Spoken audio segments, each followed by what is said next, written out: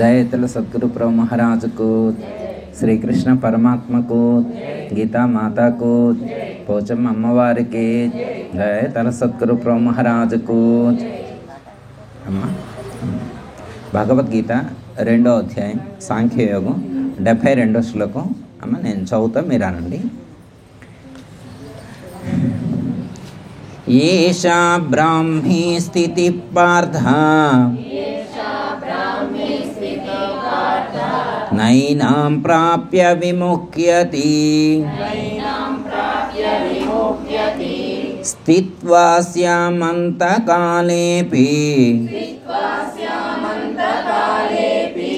బ్రహ్మ నిర్వాణమృచ్ఛతి. ఓ అర్జున, ఇదంతయు బ్రహ్మ సంబంధమైన స్థితి.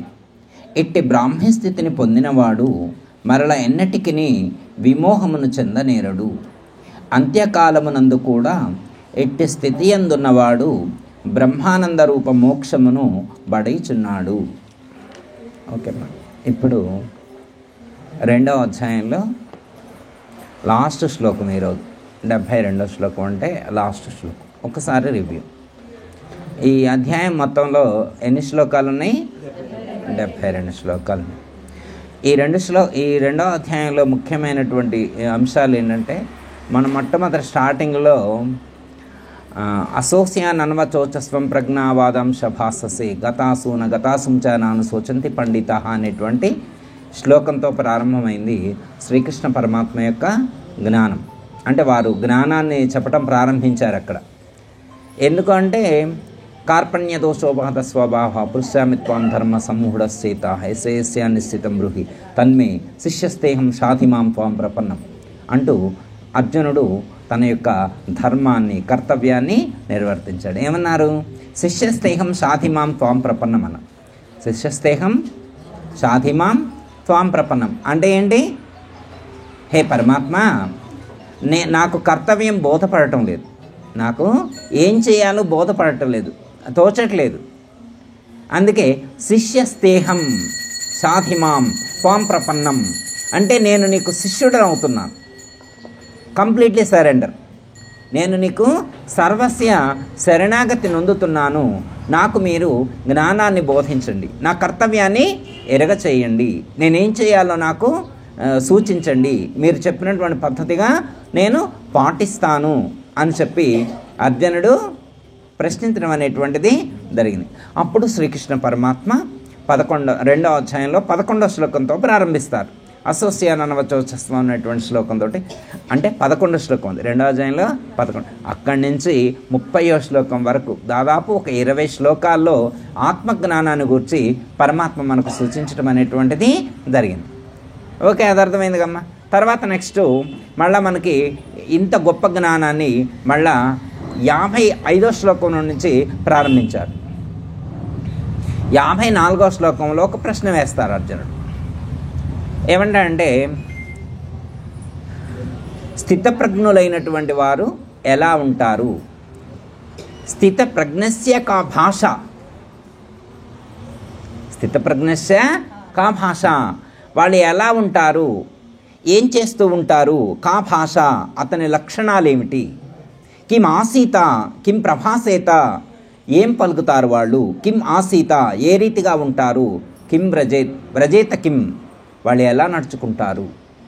ఈ 4 ప్రశ్నలు వేశారు.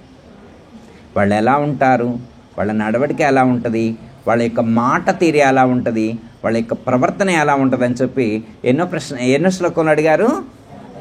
54వ శ్లోకంలో అడుగుతారు స్థితప్రజ్ఞస్య కా భాష్య అని చెప్పి. అప్పుడు పరమాత్మ 55వ శ్లోకం నుంచి ప్రారంభిస్తారు. ప్రజహాతి యదా కామాన్ సర్వాన్ పార్థమనోగతాన్. 55వ శ్లోకం నుంచి ప్రారంభించి ఇప్పుడు ఎన్నో శ్లోకంకి వచ్చారు? 72వ శ్లోకంకి వచ్చారు. ఇక్కడ ఏమని చెప్తున్నారు? ఏషాం బ్రాహ్మీ స్థితి పార్థ నైనాం ప్రాప్య విముఖ్యతి అని చెప్తున్నారు. ఏషా బ్రాహ్మీ స్థితి పార్థ నైనాం ప్రాప్య విముఖ్యతి అని చెప్తున్నారు. అంటే ఈ మధ్యకాలంలో ఎన్ని శ్లోకాలు? మొత్తం 18 శ్లోకాలు. 55 కాడి నుంచి 72 వరకు అంటే ఎన్ని శ్లోకాలు చెప్పారు? 18. అంటే భగవద్గీతకే 18 అంటేనే ఒక ప్రత్యేకత. భగవద్గీతలో 18 అంటే ఒక ప్రత్యేకత. ఎన్ని అధ్యాయాలు ఉన్నాయి భగవద్గీత మొత్తంలో? 18. ఇక్కడ స్థితప్రజ్ఞ లక్షణాల్లో ఎన్ని శ్లోకాలు చెప్పారు? 18 శ్లోకాలు చెప్పారు. ఈ 18 శ్లోకాల్లో పరమాత్మ వరుసగా చెప్తూ ఉన్నారు కదా స్థితప్రజ్ఞ లక్షణాల గురించి. అర్థమైందమ్మా?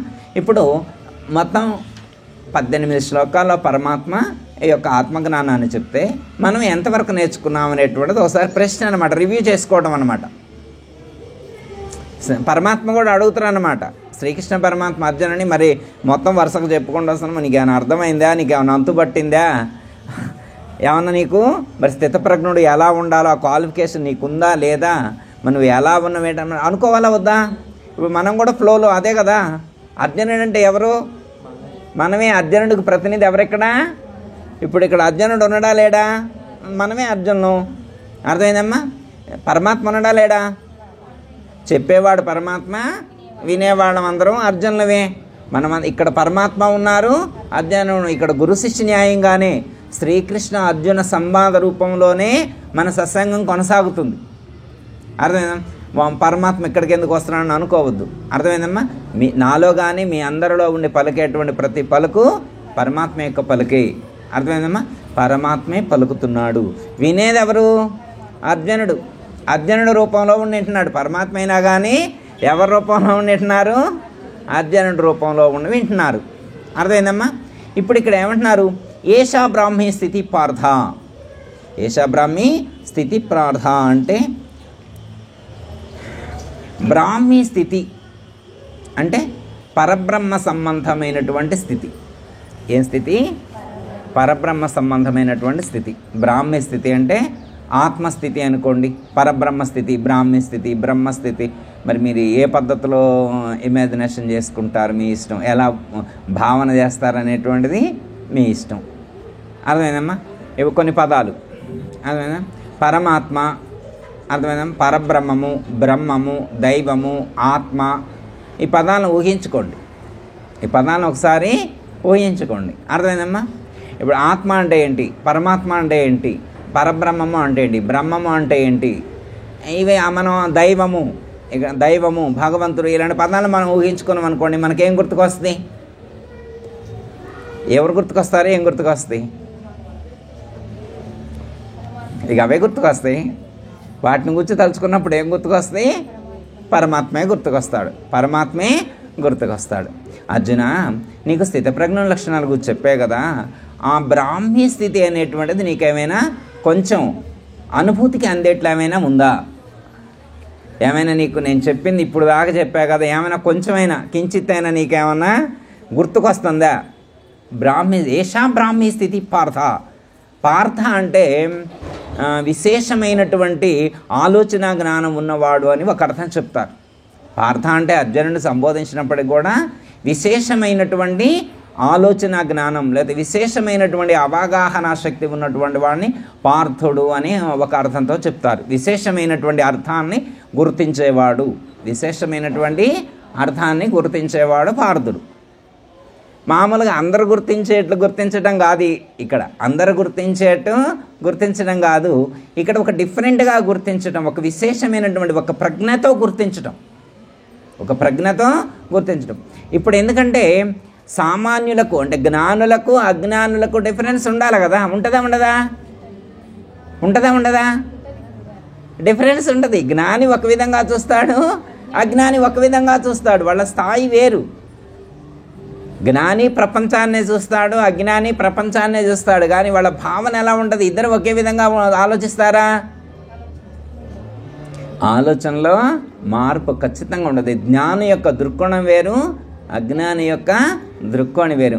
అజ్ఞాని ఎలా చూస్తాడు అంటే ప్రపంచం సత్యం అనుకుంటాడు. అజ్ఞాని ఏమనుకుంటాడు? ప్రపంచం సత్యం అనుకుంటాడు. అసలు పరమాత్మ ఆయన కనపడ్డ కాబట్టి అసలు ఆలోచన ఏముండదు, ఆ మాటే ఎత్తడు. ఒకవేళ ఎవరైనా అన్నారనుకో, మా దైవాన్ని గురించి మాట్లాడానుకో, నేను నమ్మను అంటాడు. ఉంటే నాకు కనపడమను, కనపడితేనే నేను ఒప్పుకుంటా, నేను అట్లా ఒత్త మాయ మాటలు చెబితే ఒప్పుకొని నేను అంటాడు. ఏమంటాడు? మాయ మాటలు చెబితే నేను ఒప్పుకోను, ఉంటే కనపడమని అంటాడు. సరే, ఆయన నాలెడ్జ్ అంతవరకే పరిమితమై ఉంటుంది. జ్ఞాని ఈ ప్రపంచాన్ని సత్యం అనుకుంటాడా? అనుకోడు. దైవాన్నే సత్యం అనుకుంటాడు, కనిపించే ప్రపంచాన్ని అసత్యం అని అనుకుంటాడు. అదే డిఫరెన్స్ కదా. జ్ఞానికి అజ్ఞానికి ఉండేటువంటి డిఫరెన్స్ ఏంటి? వాళ్ళ యొక్క ఆలోచన విధానం, వాళ్ళ యొక్క దృక్కోణం వేరు, వాళ్ళ స్థాయి వేరు. అజ్ఞాని పరిమితంగా ఆలోచిస్తాడు, జ్ఞాని విశేషమైనటువంటి దృష్టితోటి సూక్ష్మ దృష్టి కలిగి ఉంటాడు. ఓకే,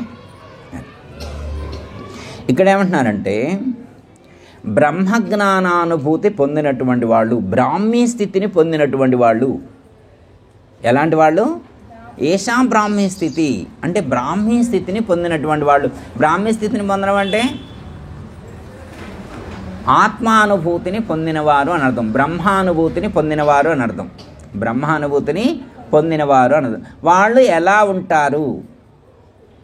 వాళ్ళు ఎలా ఉంటారు? నైనాం ప్రాప్య విముఖ్యతి, నైనాం ప్రాప్య విముఖ్యతి అంటే వాళ్ళు విమోహము లేతే బాహ్యమైనటువంటి లేదా సాంసారికమైనటువంటి ప్రాపంచకమైనటువంటి విషయాల పట్ల లేకపోతే ప్రాపంచం పట్ల కూడా వాళ్ళు విముఖులై ఉంటారు. అర్థమైందమ్మా? వాళ్ళు ఈ యొక్క విషయాలకు మోహాన్ని చెందరు, విమోహులై ఉంటారు. అర్థమైందమ్మా? వీళ్ళు ఎలా ఉంటారు? బ్రాహ్మీ స్థితిని పొందినటువంటి వాళ్ళు ఈ ప్రపంచ విషయాల యందు మోహాన్ని చెందరు. కొంతమంది ఒక అర్థం ఏమని చెప్తారంటే, మోక్షము అంటే పదానికి కొంతమంది నిర్వచనం ఏమని చెప్తారంటే మోహక్షయమే మోక్షము అని కొంతమంది నిర్వచనం చెప్తారు. కొంతమంది ఏమని చెప్తారు? మోహక్షయమే మోక్షము అని చెప్తారు. అంటే అజ్ఞానులు మోహంతో ఉంటారు, జ్ఞానులు మోహాన్ని క్షయం చేసుకొని ఉంటారు. మోహమునందు అంటే ఎలాంటి మోహాలు లేకుండా, ఎలాంటి ఆసక్తి లేకుండా వాళ్ళు జీవనాన్ని కొనసాగిస్తూ ఉంటారు అని సూచించటం అనేటువంటిది జరిగింది. ఇక్కడ మనకి 3 విషయాలను సూచిస్తారు. ఒకటి, బ్రహ్మానుభూతిని పొందినటువంటి వాళ్ళు ఎలా ఉంటారు? బ్రహ్మానుభూతిని పొందిన వాళ్ళు ఎలా ఉంటారంటే, ఒకటి, బ్రహ్మానంద భరితులై ఉంటారు. ఎలా ఉంటారు? బ్రహ్మానంద భరితులై ఉంటారు, బ్రహ్మానంద భరితులై ఉంటారు. ఒకటే అయిపోయింది. రెండోది, సంసార భ్రాంతి లేకుండా ఉంటారు. ఏం లేకుండా ఉంటారు? సాంసారికమైనటువంటి భ్రాంతి లేకుండా ఉంటారు. 3, విముఖులై ఉంటారు అంటే మోహమును చెందకుండా ఉంటారు. అంటే ప్రాపంచక విషయ సుఖాలయందు మోహాన్ని చెందకుండా ఉంటారు. అంటే బ్రాహ్మీ స్థితిని పొందినటువంటి వాళ్ళకి ఏ లక్షణాలు ఉంటాయంటే 3 లక్షణాలు ఉంటాయని చెప్తున్నారు. ఒకటి, బ్రహ్మానంద భరితులై ఉంటారు. 2, సాంసారిక విషయాల పట్ల భ్రాంతి లేకుండా ఉంటారు. సాంసారిక భ్రమలనన్నింటినీ కూడా వ్యావహారికమైనటువంటి విషయ సుఖాల యొక్క వాటి యందు భ్రాంతిని విడిచిపెట్టి ఉంటారు. 2, విముఖులై ఉంటారు, దేని యందు కూడా ఆసక్తి లేకుండా ఉంటారు. ఇలాంటి స్థితి మనకేమైనా కలిగిందా ఈ 18 శ్లోకాలు వినటం వల్ల? అర్జునుడికి కలిగిందా అని అడిగారు అనుకో పరమాత్మ. ఇప్పుడు నేను మిమ్మల్ని అడుగుతున్నా, మరి 18 శ్లోకాలు విన్నాం కదా, ఈ 18 శ్లోకాలు వినటం వల్ల కొంచెమైనా మార్పు వచ్చిందా మనకి? కొంచెం కూడా మార్పు రాకపోతే కనీసం లాస్ట్ శ్లోకం ఇవ్వాలి కాబట్టి ఈ వారంలోనైనా కానీ కొంచెమైనా మార్పు చెందే ప్రయత్నం చేద్దాం. ఎందుకంటే అమ్మ, ట్యాబ్లెట్ వేసుకున్నాం అనుకో, హాస్పిటల్కి వెళ్తున్నాం, ట్యాబ్లెట్లు తెచ్చుకుంటున్నాం, వారం వారం కోర్సు ట్యాబ్లెట్లు వేసుకుంటున్నాం, పని చేయటం లేదన్నాం. ఇంటికాడికి పోయిన తర్వాత పని చేయటం లేదంటే మరి హాస్పిటల్కి ఎందుకు వెళ్తాం? దండగే కదా. ఇప్పుడు ట్యాబ్లెట్లు వేసుకున్న తర్వాత కూడా మనకి పని చేయకపోతే ఇక హాస్పిటల్కి వెళ్ళటం దండగా, డబ్బులు దండగే కదా, డబ్బులు ఖర్చు చేయడం దండగే అవుతుంది కదా. అలాగే మనం కూడా వారం సత్సంగానికి వచ్చి ఈ ట్యాబ్లెట్ తీసుకొని పోయిన మనకు గీతా జ్ఞాన ఔషధాన్ని, గీతా జ్ఞానామృతం అనేటువంటి ఔషధాన్ని సేవించుతూ మనం వెళ్తున్నాం అనుకోమ్మా, వెళ్ళిన తర్వాత కూడా మనకి పని చేయలేదనుకో, మరి సమయం వృధా అయినట్టే కదా. అంటే టైంపాస్ కోసం బఠానీలాగా కాదు, టైంపాస్ కోసం బఠానీలాగా కాదు. చాలామంది ఏంటైనా బఠానీ పార్కులో కూర్చుండంట, పొద్దు బాటలు లేదంట, బఠానీలు తీసుకుంటూ చాక్లెట్ బిస్కెట్ అయితే ఒకేసారి నోట్లో పెట్టుకుంటాడు, బఠానీలు అయితే తేపకొట్టి నోట్లో వేసుకోవచ్చుగా, గంట టైం పాస్ అవుద్ది అన్నమాట. అర్థమైందమ్మా? మరి అలా గంట టైం పాస్ కోసం వస్తున్నామా మనం? సమయం ఎంత విలువైనటువంటిది చాలా విలువైనటువంటిది. సమయం అత్యంత మరి అత్యంత విలువైనటువంటి సమయాన్ని మనం ఆధ్యాత్మికం కోసం కేటాయించినప్పుడు మనం మీరు చెయ్యట్లేదని నేను అంటలేదు, థియరీ పార్టే కాకుండా ప్రాక్టికల్స్ కూడా చేసే ప్రయత్నం చేస్తే బాగుంటుందని చెప్పి నేను కోరుకుంటున్నాను. స్థితప్రజ్ఞుల లక్షణాల్లో ఫస్ట్ శ్లోకం, ప్రతిహాతి యదా కామాన్ సర్వాన్ పార్థమనోగతాన్, మీకున్నటువంటి సమస్తమైనటువంటి కోరికలన్నింటినీ విడిచిపెట్టండి అన్నారు. మనం ఎన్ని కోరికలు విడిచిపెట్టగలిగిను, ఎన్ని ఉంచుకోగలిగిను, అదొకటి. ధ్యాయతో విషయాన్ని పుంసాసంగస్తేషు ఉపజయతే కామాత్ క్రోధోపజయతే, ఈ శ్లోకంలో కోపాన్ని విడిచిపెట్టాలని, దానికి మూలం కోరికలు అన్నారు. కోపాన్ని ఏమైనా విడిచిపెట్టగలిగినవా? ఈ రెండే శత్రువులు అని చెప్పారు. మనకు ఆధ్యాత్మిక మార్గంలో మొదటి శత్రువులు ఎవరు? రెండు, ఒకటి కోరికలు, రెండు కోపం. ఈ రెండింటిని విడిచిపెడితే సగం ప్రాబ్లం తగ్గినట్టే. ఈ రెండింటిని విడిచిపెడితే ఏమవుతుంది? మనకి సగం ప్రాబ్లం తగ్గినట్టే. మనం ఏమైనా మార్పు చెందగలిగినవా? ఇంతకుముందు వెళ్ళగానే కోరికల లిస్టు మొత్తం తీసేవాళ్ళం, ఇప్పుడు ఏమైనా తగ్గించినవా లిస్టు? అర్థమైందమ్మా? ఇంతకుముందు టెంప్టేషన్, షార్ట్ టెంపర్ కానీ లేకపోతే కోపం ఎక్కువ ఉంటాం కానీ అట్లాంటివి ఉండేవి అనుకోమ్మా. ఇప్పుడు ఏమైనా భగవద్గీత చదవడం వల్ల కొద్దిగైనా తగ్గినాయా? ఇంతకుముందు క్లాసులు, కంచాలు, గిన్నెలు ఇసిరేసేవాళ్ళు అనుకోమ్మా, ఇప్పుడు ఇసిరేయకుండా ఉంటున్నారా కనీసం? అర్థమైందమ్మా? సపోజ్ గిన్నె పట్టుకోంగలోనే భగవద్గీత గుర్తొచ్చి ఇసిరేస్తే బాగోదని అక్కడ పెట్టడం, అట్లా ఏమన్నా అంటే డెవలప్మెంట్, అప్డేట్స్ ఏమైనా ఉన్నాయా? ఇంప్రూవ్మెంట్ అమ్మగారు చెప్పారు ఉన్నాయి అన్నారు. ఉంటే పరమాత్మకు నమస్కారం చేయొచ్చు. అంటే మన యజ్ఞం అర్థమైందమ్మా, మన యొక్క సత్సంగ యజ్ఞం ఎంతో కొంత మార్పు చెందినట్టు, మనకు ఉపయోగపడినట్టు.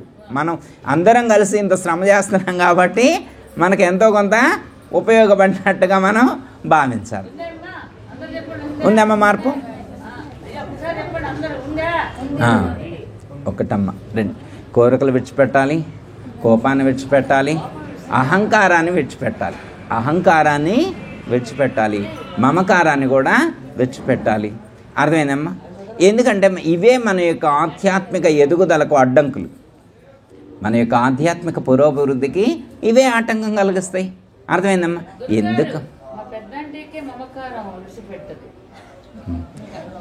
విడిచిపెడతారు ఎవరైనా కానీ, విడిచిపెడతారేమో, కొంచెం టైం ఉంది, కొంచెం టైం పట్టుద్ది, విడిచిపెడతాం. అందరం అన్నీ విడిచిపెడతాం కానీ కొంచెం టైం పట్టుద్ది. పరమాత్మే విడిపిస్తారమ్మా. సమయం రావాలా? సమయం రావాలన్నమాట. సమయం వచ్చినప్పుడు మనమే విడిచిపెడతాం. అర్థమైందమ్మా? ఎందుకంటే అమ్మా, బ్రహ్మజ్ఞానంతో జీవించడం అంటే అంత సామాన్యమైనటువంటి విషయం కాదు. వినటానికి తేలిగ్గా ఉంటుంది కానీ ఆచరించడం చాలా కష్టం అన్నమాట. ఏషా బ్రాహ్మీ స్థితి పార్థ, అర్జున నువ్వు బ్రాహ్మీ స్థితిని పొంది ఉన్నావా? బ్రహ్మానందాన్ని పొంది ఉన్నావా? అంటే బ్రహ్మానందాన్ని పొందినటువంటి వాడికి ఏ క్షణం కూడా ఎప్పుడూ కూడా దుఃఖం అనేటువంటి తెలియదు, బాధ అనేటువంటి తెలియదు. అసలు ప్రాపంచికమైనటువంటి విషయాల వైపే తన యొక్క మనసు పోనీయుడు. వెలితి లేకుండా జీవిస్తాడు. ఎలా జీవిస్తాడు? వెలితి లేకుండా జీవిస్తాడు. అర్థమైంది? చాలామందికి వెలితి ఉంటుంది, బాధ ఉంటుంది అన్నమాట. అది తీరితేనే ఆనందం అంటాడు, అది తీరితేనే ఆనందం అంటాడు. సపోజ్ ఉదాహరణకి చిల్లీగా అనిపిస్తాయి కొన్ని ఆనందాలు చూస్తే చిల్లీగా అనిపిస్తాయి అనమాట. మనం అలా ఉండకూడదు. భగవద్గీత చదువుతున్నాం కాబట్టి, పరమాత్మ చెప్పినట్టు నడుచుకుంటున్నాం కాబట్టి మనం అలా ఉండం. లోకంలో చూసుకుంటే చాలా చిల్లీగా ఉంటారు. చిన్న చిన్న విషయాలకు కూడా బాధపడుతూనే ఉంటారు. అర్థమైనా? ఫంక్షన్కి వెళ్ళారు, పిన్నాం పలకరీలేదు. 18 శ్లోకాలు నేర్చుకున్నారు భగవద్గీతలో. స్థితప్రజ్ఞుల లక్షణాలు 18 శ్లోకాలు నేర్చుకొని ఇప్పుడు ఫంక్షన్కి వెళ్తే పిన్ని గారు పలకరీలేదంట అని ముక్కు ముడుచుకొని మూతు ముడుచుకొని భోజనం చేయకుండా వచ్చింది. పలకరి భగవద్గీత చదివినోడు పలకరించాలి, అది కదా జ్ఞానం. అర్థమైందమ్మా? ఇప్పుడు ఆవిడ ఆనందం ఎక్కడుంది? ఆవిడ పలకరింపులో కోరుకుంటుంది. ఆనందాన్ని వేరే వాళ్ళ చేతిలో పెట్టింది. ఇప్పుడు ఆవిడ ఆనందాన్ని ఎవరి చేతిలో పెట్టింది? పిన్ని చేతిలో పెట్టింది. మనం పిన్ని చేతిలో పెడతాం ఆనందం, ఫ్రెండ్స్ చేతిలో పెడతామా? అత్తగారి చేతిలో పెడతామా? మామగారి చేతిలో పెడతామా? భర్త చేతిలో పెడతామా? భార్య చేతిలో పెడతామా? భౌతికమైనటువంటి వస్తువు చేతిలో పెడతామా ఆనందం? అప్పుడు దాకా బాగానే ఉన్నారమ్మా. పక్కింటామా వడ్డానం చేసుకుంటే ఆనందంగా లేదు, ఆవిడ వడ్డాణం కొనుక్కుంటే నీకెందుకు ఆనందం లేదు? నీ ఆనందం తీసుకుపోయి ఆవిడ వడ్డాణంలో పెట్టు నువ్వు. అర్థమైంది? పక్కింటోడు ప్లాట్ కొనుక్కుంటే ఆనందంగా లేవు, ఎందుకంటే నీ ఆనందం వాళ్ళ ప్లాట్లో పెట్టు నువ్వు. వాళ్ళు హ్యాపీగానే ఉన్నారు, నువ్వు బాధపడుతూ ఉన్నావు. నువ్వు బాధపడటానికి కారణం నీ ఆనందం నీ ఆధీనంలో లేదు, వేరే వాళ్ళ ఆధీనంలో ఉంది, వేరే వస్తువుల్లో పెట్టినావు నువ్వు ఎఫర్ట్. జ్ఞాని అలా ఉంటాడా? మన ఆనందం వేరే వాళ్ళ చేతిలో పెడతామా? ఫోన్ లేకపోతే ఆనందపడమా? ఫోన్లో పెడతాం ఆనందాన్ని. అమ్మ, భౌతికమైనటువంటి విషయాల వైపు మన దృష్టిని మళ్ళించి అది ఉంటేనే నేను ఆనందంగా ఉంటాను, అది లేకపోతే నేను దుఃఖపడతాను, బాధపడతాను అంటే మన ఆనందాన్ని ఆ వస్తువుల్లో పెట్టినట్టు, ఆ విషయాల్లో పెట్టినట్టు. అమ్మ, ఒక వస్తువు లేకపోతే ఆనందంగా జీవించలేమా? కారు లేకపోతే ఆనందంగా ఉండలేమా? ఇల్లు లేకపోతే ఆనందంగా ఉండలేమా? ప్లాట్ లేకపోతే ఆనందంగా ఉండలేమా? డబ్బులు లేకపోతే ఆనందంగా ఉండలేమా? పోనీ ఇవన్నీ ఉన్నటువంటి వాళ్ళు ఏమన్నా ఆనందంగా ఉన్నారా? పోనీ ప్లాట్లు ఉన్న వాళ్ళు ఆనందంగా ఉన్నారా? ఒక ఆవిడ ఏడుస్తూ ఉందంట. ఏం తల్లి ఏడుస్తున్నామంటే, ఐఫోన్ లేదు. శాంసంగ్ ఫోన్ ఉందిగా. శాంసంగ్ ఫోన్ ఉంటే కాదంట, ఇది 20,000 పెట్టుకున్నది ఐఫోన్. వాళ్ళ ఫ్రెండ్ అన్నమాట. ఆవిడ రోజు వచ్చి చూపిస్తుంది. 1,20,000 పెట్టి కొనుక్కుందంట ఆవిడ. అర్థమైందమ్మా? 1,20,000 పెట్టి చూపెట్టి ఒక్కసారి ఇలా చూపెట్టి పోతుందంట రోజు. ఈవిడకి నిద్ర పట్టట్లా, ఎందుకంటే ఈవిడ ఆనందాన్ని ఆ ఫోన్లో పెట్టింది. అర్థమైందమ్మా? ప్రతి మనిషి కూడా ఆనందపడపోవటానికి కారణం వాళ్ళ యొక్క ఆనందాన్ని వేరే వస్తువుల్లో పెడుతున్నారు, వేరే విషయాల్లో పెడుతున్నారు. కానీ జ్ఞాని తన యొక్క ఆనందాన్ని భౌతికమైనటువంటి వస్తువుల్లో కోరుకోడు. ఆనందం ఎక్కడ ఉంటుంది? వస్తువుల్లో ఉంటుందా? ఆనందం ఎక్కడుంటుంది? నీలోనే ఉంటుంది. ఆనందం ఎక్కడుంటుంది? నీలోనే ఉన్నది. దుఃఖం ఎక్కడ ఉన్నది? అది కూడా నీలోనే ఉన్నది. దుఃఖం నీలోనే ఉన్నది, ఆనందం కూడా నీవు ఎలా అనుకుంటే, ఏది కోరుకుంటే అదే ప్రాప్తిస్తుంది. యద్భావం తద్భవతి. నీవు దేన్ని భావిస్తే అదే డిస్ప్లే అవుద్ది, అదే స్క్రోల్ అవుద్ది, అదే నీ యొక్క దుఃఖానికి కారణమవుద్ది, అదే నీ యొక్క ఆనందానికి కూడా కారణమవుతుంది. మన ఏవ మనుష్యాణం కారణం బంధమోక్షయోహో అన్నారు. మన ఏవ మనుష్యాణం కారణం బంధమోక్షయోహో అన్నారు. నీ యొక్క బంధానికి కానీ, నీ యొక్క ఆనందానికి కానీ, నీ యొక్క మోక్షానికి కానీ కారణభూతమైనటువంటిది ఏది? మనస్సు. నీ యొక్క మనస్సు, నీ యొక్క ఆలోచన, నీ యొక్క సంకల్పము. మనస్సు అంటే ఏంటి? అనేకమైనటువంటి ఆలోచనల యొక్క సమూహం. మనస్సు అంటే ఏంటి? అనేకమైన ఆలోచనల యొక్క సమూహం. ఆలోచనలన్నిటిని తీసేస్తే మనసు ఉండదు, సంకల్పాలన్నింటినీ తీసేస్తే మనసు నిర్వీర్యమైపోయింది. అర్థమైందమ్మా? అనేక చెట్ల సమూహాన్ని ఏమంటారు? అడవి అంటారు, తోట అంటారు. కొంతమంది తోట అంటారు, పెద్దగుంటే అడవి అంటారు అనుకోండి. సరే, అడవి అనుకుందాం. అనేక చెట్ల సమూహాన్ని ఏమంటాం? అడవి అంటాం. అర్థమైందమ్మా? ఇప్పుడు ఒక్కొక్క చెట్టు కొట్టేశారు, ఒక్కొక్క చెట్టు కొట్టేశారు, చెట్లన్నీ పోయినాయి. ఇప్పుడు అడవి ఉంటుందా? చెట్లన్నీ కొట్టేస్తే అడవి ఉండదు. అర్థమైందమ్మా? చెట్లన్నీ కొట్టేస్తే అడవి ఎలా ఉండదో, సంకల్పాలన్నీ తీసేస్తే మనసు ఉండదు. అర్థం? యోగ చిత్తవృత్తి నిరోధ అన్నది అదే అనమాట. చిత్తవృత్తులన్నిటినీ నీవు తీసివేయగలిగితే, వృత్తులన్నిటినీ, ఆలోచనలన్నింటినీ, సంకల్పాలన్నింటినీ తీసివేయగలిగితే మనసు అనేటువంటిది లేకుండా పోతుంది. మనసు లేకపోతే ఇంకెవరుంటారు? నువ్వేమంటావు? మనసు లేకపోతే ఎవరుంటారు? మనమేమంటాం. ఎక్కడుంటాం? మనలోనే ఉంటాం. మనం ఎక్కడుంటాం? మనలోనే ఉంటాం. అంటే ఇప్పుడు శరీరం పోతే ఉంటామా ఉండమా? ఏమో గురువు గారు, మనం ఉంటాము అన్నాం. మనసు లేకపోతే ఎవరుంటారు? మనమే ఉంటాం. ఎక్కడుంటాం? శరీరంలో ఉంటామంటాం. ఇప్పుడు మరి శరీరం పోతే ఉంటామా ఉండమా? ఏమో అయ్యా గురువు గారు, మరి ఉండమంటే ఏమంటావో, ఉండమంటే ఏమంటారో మాకు తెలియట్లేదు. శరీరం లేకపోతే మనం ఉంటామా ఉండమా?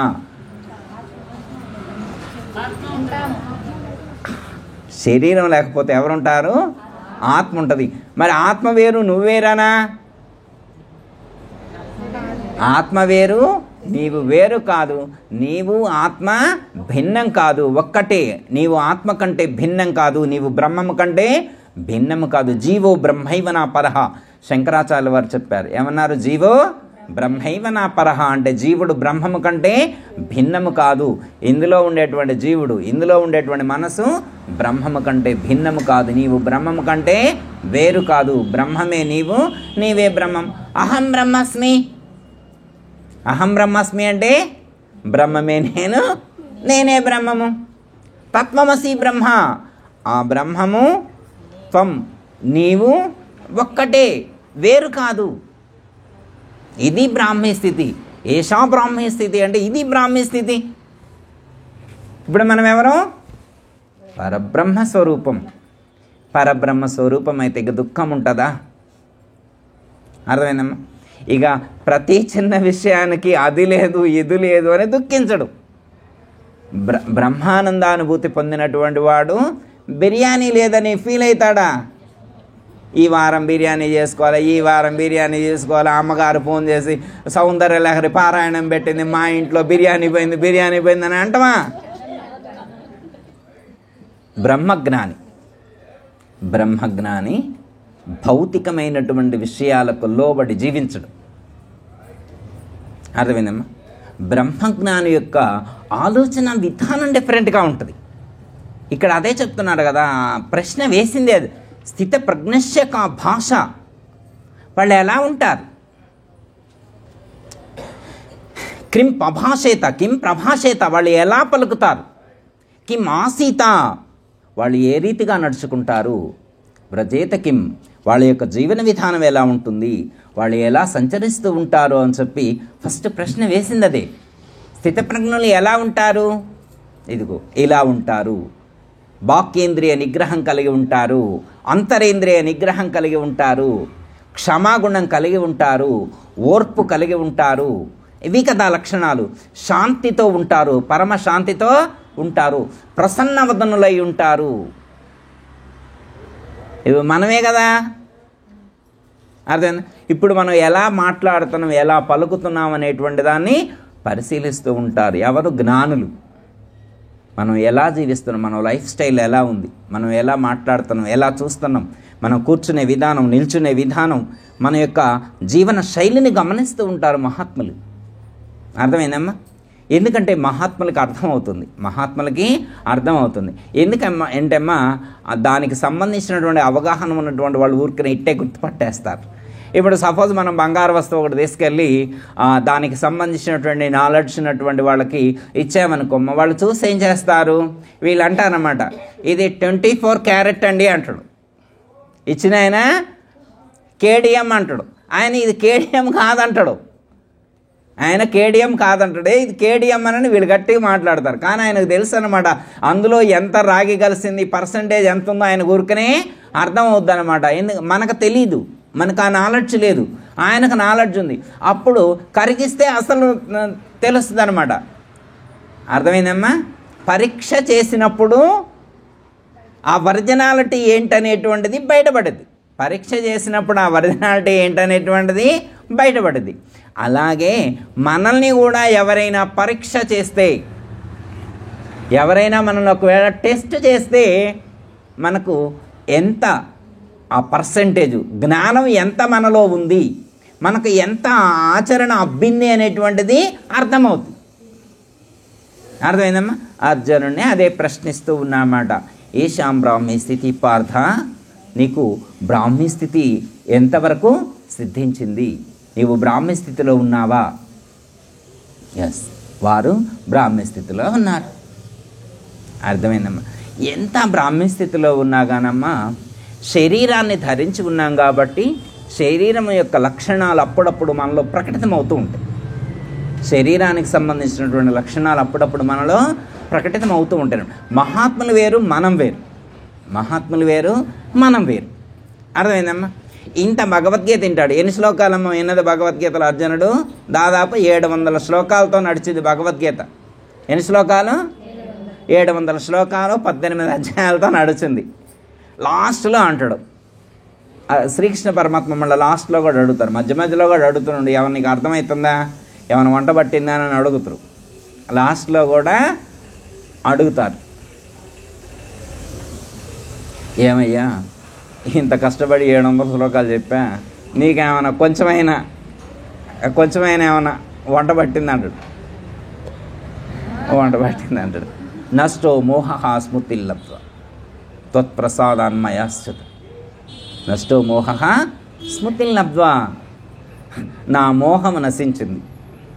ఏమి నశించింది? ఇక్కడ కూడా అదే అడుగుతాడు, నీ మోహం నశించిందా అని. అర్థమైందా? ఏమనంటే విమోహ నైనాం ప్రాప్య విముఖ్యతి అంటే బ్రహ్మజ్ఞానాన్ని పొందినటువంటి వాడు మోహమును పొందడు. బ్రహ్మజ్ఞానాన్ని పొందిన దాని గుర్తేంటంటే మళ్ళీ మోహాన్ని పొందడు. బ్రహ్మానందానుభూతిని పొందినటువంటి వాడు మళ్ళీ విషయ సుఖాలను కోరుకోడు. విషయ సుఖాలను కోరుకోడు. ఇక్కడ ఏది అడిగానో అక్కడ కూడా అదే అడుగుతాడు. అయ్యా, బ్రహ్మజ్ఞానం పొందినటువంటి వాళ్ళు మోహాన్ని పొందరు. విమోహ అంటే మోహాన్ని పొందరు. మరి నువ్వు బ్రహ్మజ్ఞానాన్ని పొందినందుకు గుర్తేంటి అని ఇక్కడ ఎట్లా అడుగుతారు. లాస్ట్లో కూడా అదే అడిగితే నష్టో మోహ స్మృతిల్లబ్ధ్వా, అయ్యా నా మోహం శమించింది, నా మోహం నశించింది, ఇప్పుడిప్పుడే నాకు స్మృతిల్లబ్ధ్వా, నా స్మృతికి అందుతూ ఉంది అన్నాడు. ఏమందుతుంది? స్మృతికి అందుతుంది. నాకు ఇప్పుడిప్పుడే గుర్తుకొస్తుంది. ఏం గుర్తుకొస్తుంది? నేను బ్రహ్మము అనేటువంటిది నాకు గుర్తుకొస్తుంది. నేను ఆత్మను అనేటువంటి సత్యము నాకు ఇప్పుడిప్పుడే బోధపడుతుంది. ఓకే, డన్, మీరు చెప్పింది ఓకే, పనిచేసింది. భగవద్గీత అనేటువంటి 18 ట్యాబ్లెట్లు, 18 అధ్యాయాలు అనేటువంటి 18 ట్యాబ్లెట్లు మీరు ఇస్తే నేను అవి రోజుకు 3 లెక్క వేసుకున్నా, లేకపోతే 18 రోజులు వేసుకున్నా, నాకు జబ్బు తగ్గింది, నా దుఃఖం అంతరించింది, నా దుఃఖం శమించింది, మోహం నశించింది అని చెప్పి ఎవరు చెప్పారు? అర్జునుడు చెప్పాడు. అదే ఇక్కడ చెప్తున్నమాట. నైనాం ప్రాప్య విముఖ్యతి అంటే బ్రాహ్మీ స్థితిని పొందినటువంటి వాళ్ళు మళ్ళీ మోహాన్ని చెందరు. మళ్ళీ ప్రాపంచిక విషయ సుఖాల పట్ల ఆసక్తి పొందరు. మళ్ళీ నాకు అది కావాలి ఇది కావాలి అనేటువంటి ఆలోచన కలిగి ఉండరు. నాకు అది ఉంటేనే నేను ఆనందంగా ఉంటాను, ఇది ఉంటేనే ఆనందంగా ఉంటాను అని అనరు. బ్రహ్మజ్ఞానులు ఎలా ఉంటారంటే అమ్మ, ఎక్కువ వింటారు, తక్కువ మాట్లాడతారు.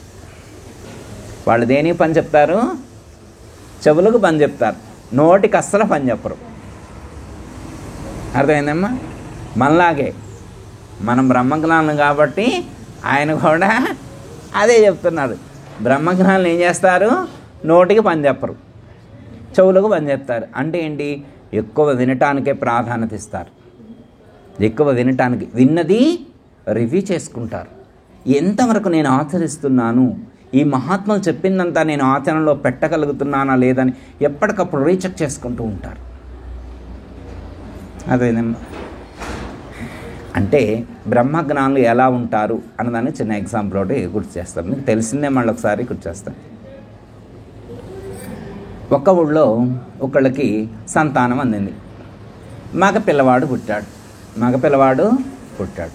లేక పుట్టిన సంతానం అల్లారు ముద్దుగా పెంచుకుంటున్నారు.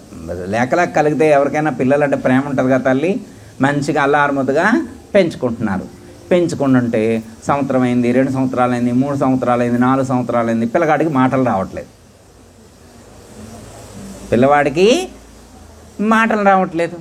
వీళ్ళు ఇక ఆనాటి వైద్యుడు, ఈనాటి వైద్యుడు, ఆ డాక్టర్, ఈ డాక్టర్, అన్ని డాక్టర్ల దగ్గరికి తిప్పారు. ఎక్కడికి వెళ్ళినా కానీ మాటలు రావట్లేదు. ప్రాబ్లం తెలియట్లేదు, మాటలు రావట్లేదు. ఎవరో చెప్తారు. ఒకరోజు అటువైపు నుంచి శంకరాచార్యుల వారు ఆ ఊరి మీద నుంచి వెళ్తున్నారని తెలిసింది. ఆ ఊరిలో ఉన్న పెద్ద ఆయన చెప్పాడు, నాయన శంకరాచార్యుల వారు సాక్షాత్తు శంకరుల యొక్క అంశే ఆదిశంకరుల వారు, వారి యొక్క దర్శనం చేయించు, వారి యొక్క ఆశీస్సులు తీసుకుంటే మీ అబ్బాయికి మాటలు వచ్చే అవకాశం ఉంటుందని చెప్పారు పెద్దవాడు. ఇట్లే వెళ్తూ పోచమ్మ గుడిలో శంకరాచార్యుల వారు వచ్చి కూర్చున్నారు. ఇక్కడ కూర్చున్నారు. శంకరాచార్య వారు.